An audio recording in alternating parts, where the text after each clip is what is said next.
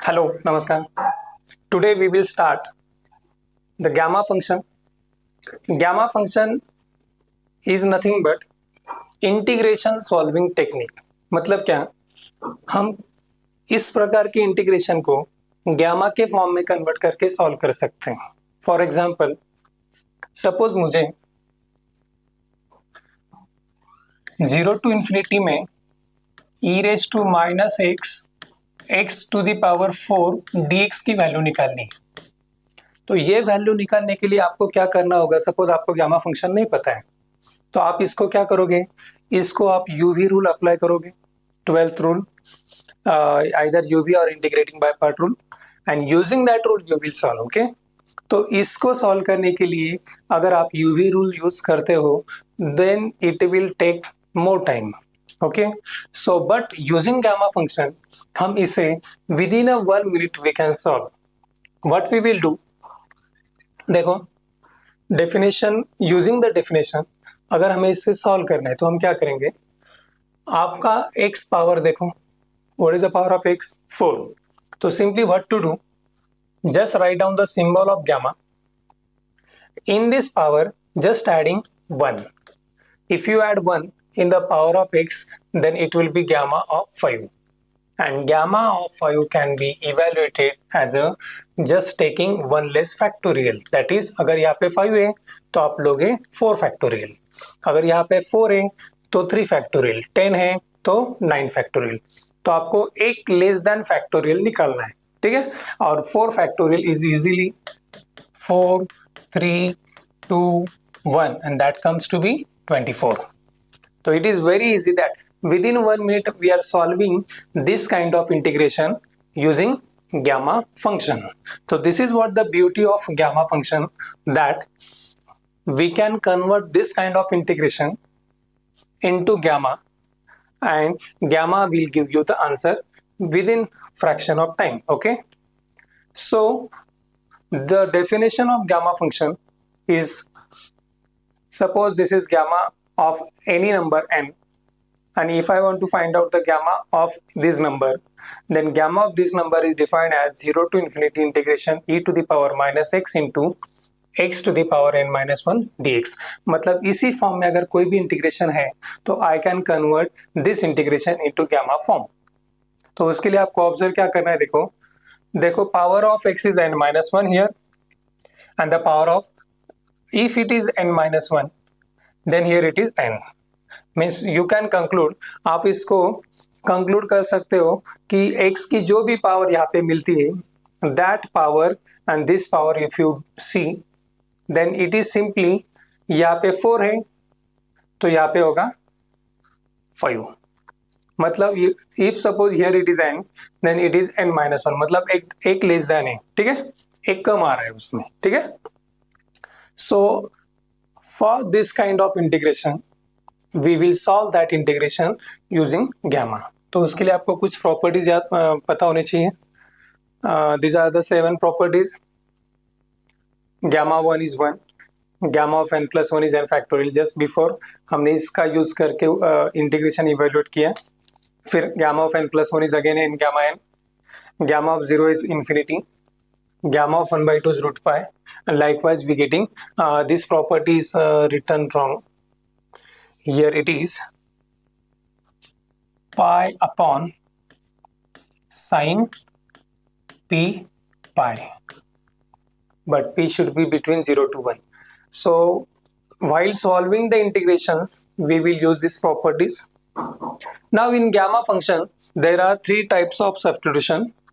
हमें 3 substitution देखने, mainly e to the power minus f of x, फिर a to the power x.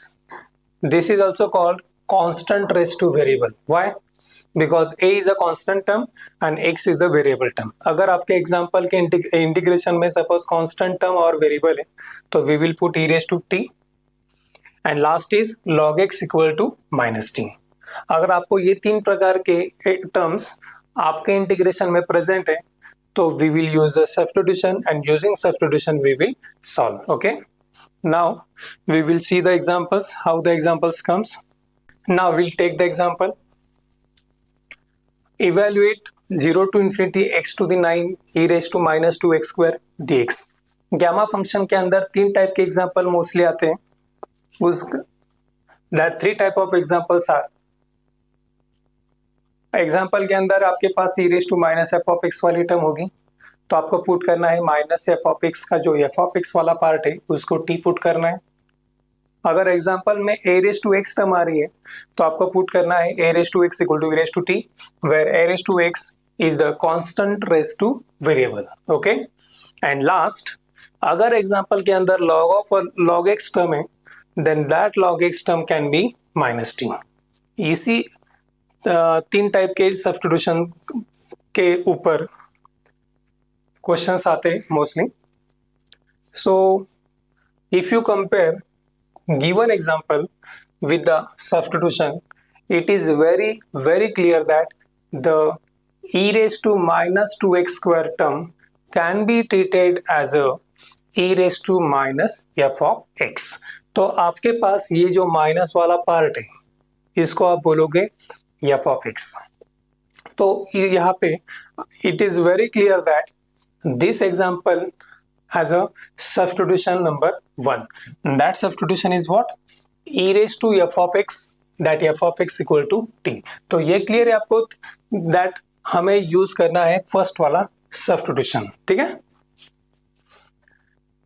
सो आपको इस इंटीग्रेशन को सॉल्व करने के लिए क्या करना है, सबसे पहले तो पुट करना है t, फिर डिफरेंशिएट करके जो भी t के फॉर्म में टर्म्स आएंगी वो all the terms of t we will put in the given integration and then we will solve, ठीक है।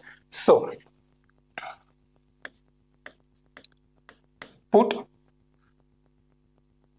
2x square equals to t because e raised to minus f of x है तो f of x आपका 2x square है, I am putting t। Put करने के बाद आपको करना है differentiate with respect to t।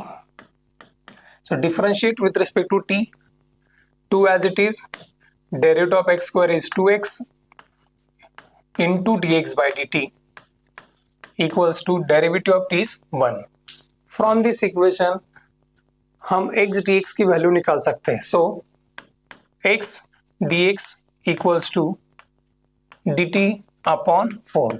Example में आइदर x की टर्म आएगी या तो फिर x की टर्म नहीं होगी, आएगी तो हम यहाँ पे x की टर्म एडजस्ट करेंगे, अगर नहीं होगी तो एडजस्ट करने की कोई जरूरत नहीं, ठीक है। नाउ पुट करने के बाद, डिफरेंशिएट करने के बाद what we will do, we will change the limit. अभी आपके x के जो लिमिट है that limits are 0 to infinity, हमें x के लिमिट नहीं चलेंगे because we are converting that x into t। मतलब हमारे पास अभी x की जगह पे t के लिमिट होने चाहिए। सो we will change the limits of x and t। तो x के ओरिजिनल लिमिट आपके क्या है 0 टू इन्फिनिटी और आपको चाहिए limit of t। So simply what we will do, कोई भी इक्वेशन में जहां से आपको t की वैल्यू निकालनी आसान है वहां पे आप x की जगह पे ये दोनों लिमिट पुट करो। सपोज आपने लोअर लिमिट पुट किया 0, अगर आपने यहाँ पे 0 पुट किया तो 0 पुट करने के बाद आपको t 0 ही मिलने वाला है। अगर आपने x की जगह पे अपर लिमिट इन्फिनिटी पुट किया तो यहाँ पे आपको क्या मिलने वाला है इन्फिनिटी। तो t के लिमिट हुए आपके 0 टू इन्फिनिटी, मतलब आपके x के और t के लिमिट दोनों भी चेंज नहीं हुए, both the limits are same. So याद रखो, अगर आपका फर्स्ट सब्स्टिट्यूशन है तो फर्स्ट सब्स्टिट्यूशन के अंदर x के और t के लिमिट चेंज नहीं होते, ठीक है। नाउ हमारा टारगेट है ये गिवन इंटीग्रेशन को चेंज करना और चेंज करके t के फॉर्म में लाना।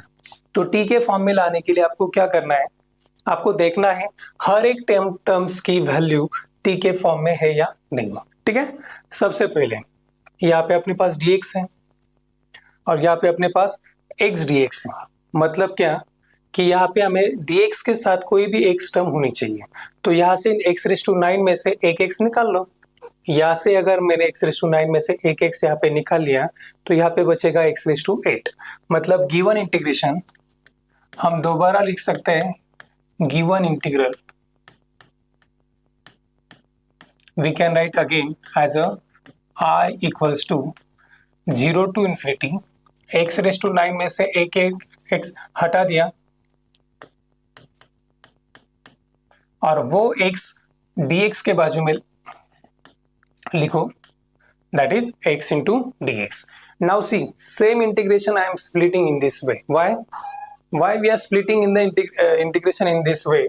Because we have the value of x into dx. हम ये वैल्यू डायरेक्टली यहाँ पे पुट कर सकते हैं, ठीक है। अभी देखो गिवन इंटीग्रेशन और ये integration both are same, only हमने क्या किया 9 वाले टर्म को स्प्लिट करके फिर से लिखा, ठीक है। Now check in the given integration whether we have all the values in terms of t or not. हमारे पास given integration की सभी values t के फॉर्म में है या नहीं देख लो। सबसे पहले x�8, तो x�8 की वैल्यू हमारे पास t के फॉर्म में आने के लिए हम क्या कर सकते हैं, हम ये इक्वेशन यूज करके x�8 की वैल्यू ला सकते हैं इन टर्म्स ऑफ t। तो इसका प्रॉब्लम सॉल्व।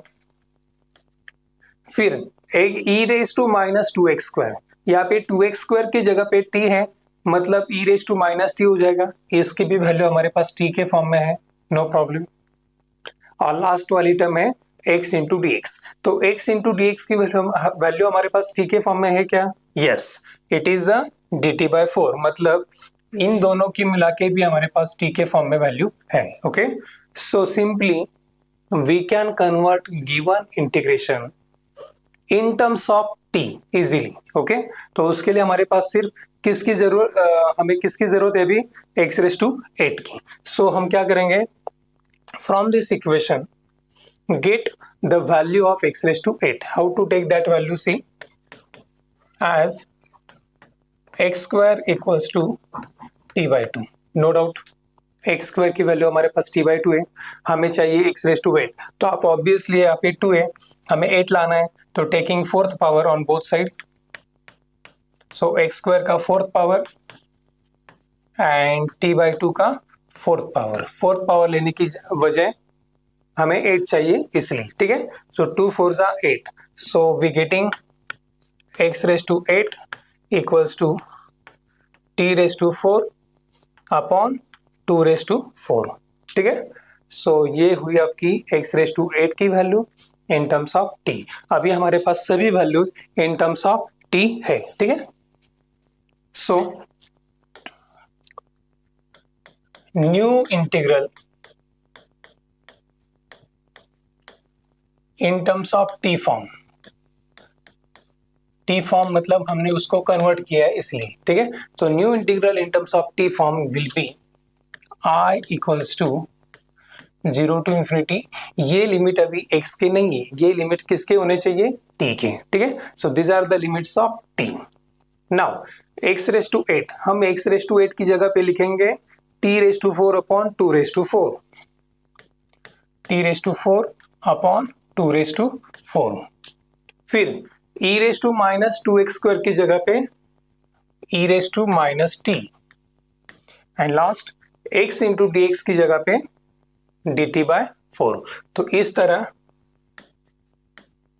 हमने गिवन इंटीग्रेशन को पूरी तरह t के फॉर्म में बदल दिया। देखो, old integration was in the form of x and now the new integration is in the form of t। Okay, now हम सॉल्व करेंगे इसे। 2⁴ and 4, 2⁴ is 16 and 16 4s are 64, तो 16 into 4 64 term take common, 0 to infinity e⁻t t⁴ as it is into dt। अभी आपको इसकी value लिखनी t⁴ e⁻t into dt। Go to the definition again and see. Definition में क्या बताया, अगर आपके पास यहाँ पे कोई t के फॉर्म में हो या x के फॉर्म में, डजंट मैटर, e⁻t है, t⁴ है, और dt। अज्यूम करो instead of x it is t। तो अगर आपने यहाँ पे e raise to minus t t raise to 4 dt लिखा है, तो उसकी वैल्यू आप क्या लिखोगे, पावर में एक ऐड करोगे, therefore it is 4 + 1 5। So the value of this integration is gamma 5। Why? Because we are adding +1 into the power. Similarly यहाँ पे अगर इंटीग्रेशन देखोगे तो ये integration is same as the definition. तो आपको इसकी वैल्यू यूजिंग डेफिनेशन क्या लिखनी है, दैट इज gamma ऑफ जो भी आपकी t की पावर है उसके अंदर आपको एक ऐड करना है। So it is 4 + 1 5 and therefore gamma 5 is nothing but 4 factorial, that is 1/64 into 4 factorial, and 4 factorial is 24. So 24/64।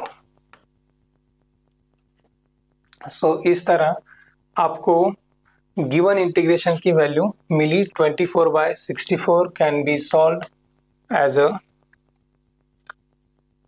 8 अगर आपने 3 से 4 से डिवाइड किया या 6 से 3/8। So divide both the terms by 8. 8 3s are 24 and 8 8s are 64. So 3/8 is the value of given integration. See what we doing. Given integration को हमने substitution किया, फिर सब्स्टिट्यूशन करने के बाद differentiate with respect to t, यहाँ से हमें x dx की वैल्यू मिली, वो वैल्यू हमने गिवन इंटीग्रेशन में पुटअप की। पुटअप करने के बाद आपको डेफिनेशन ऑफ गामा फंक्शन दिखेगी, उसको कन्वर्ट करो और इवेल्यूएट करो। ठीक है।